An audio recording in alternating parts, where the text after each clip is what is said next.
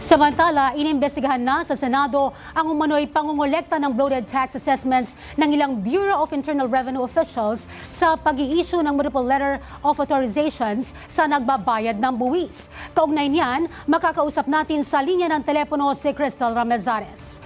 Crystal?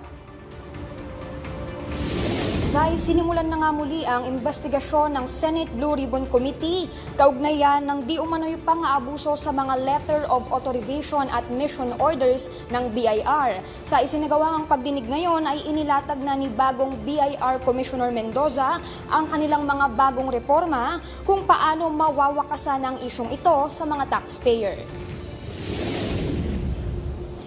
Muli ngang tinalakay sa pagdinig ng Senate Blue Ribbon Committee ang umano'y pangongolekta mula sa bloated tax assessments ng ilang BIR officials sa pag-i-issue ng multiple letter of authorizations at mission orders sa mga taxpayers sa isang taon.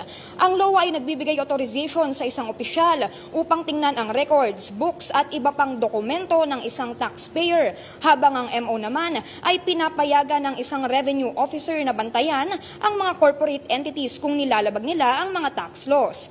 Ayon kay Senate President Pro Tempore Ping Lacson, hindi nababantayan ng ahensya ang kanilang mga revenue officer or RO, kaya't nabibigyan ito ng oportunidad para abusuhin ang issuance ng mga dokumentong ito sa mga taxpayer. Bilang solusyon, ilang reforma ang nilatag ni bagong BIR Commissioner Charlito Mendoza. Kabilang narito ang LOA Verifier website na magagamit ng mga taxpayer upang masigurong valid ang iniisyong dokumento. Ikinatuwa rin ng mga senador ang kanilang Enhanced System Assisted Audit Inflation at ELA Issuance System Based Selection, kung saan magiging anonymous na ang mag-a-assign na taxpayer na i-audit ng isang revenue officer. Dito nila maiiwasan ang suki system kung saan may bias na ang pagpili ng RO. Pinaalalahanan lamang ni Senator Raffy Tulfo at Senator JV Ejercito na i-monitor maigi ang implementasyon sapagkat bago pa lamang ang digital system na ito.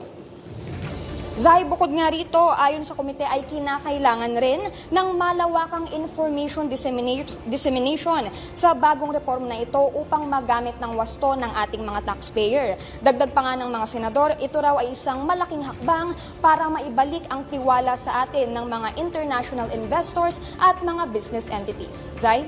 Crystal, paano inaasang matitigil ng mga bagong digital reform ng BIR ang pang-aabuso sa letters of authority at mission orders?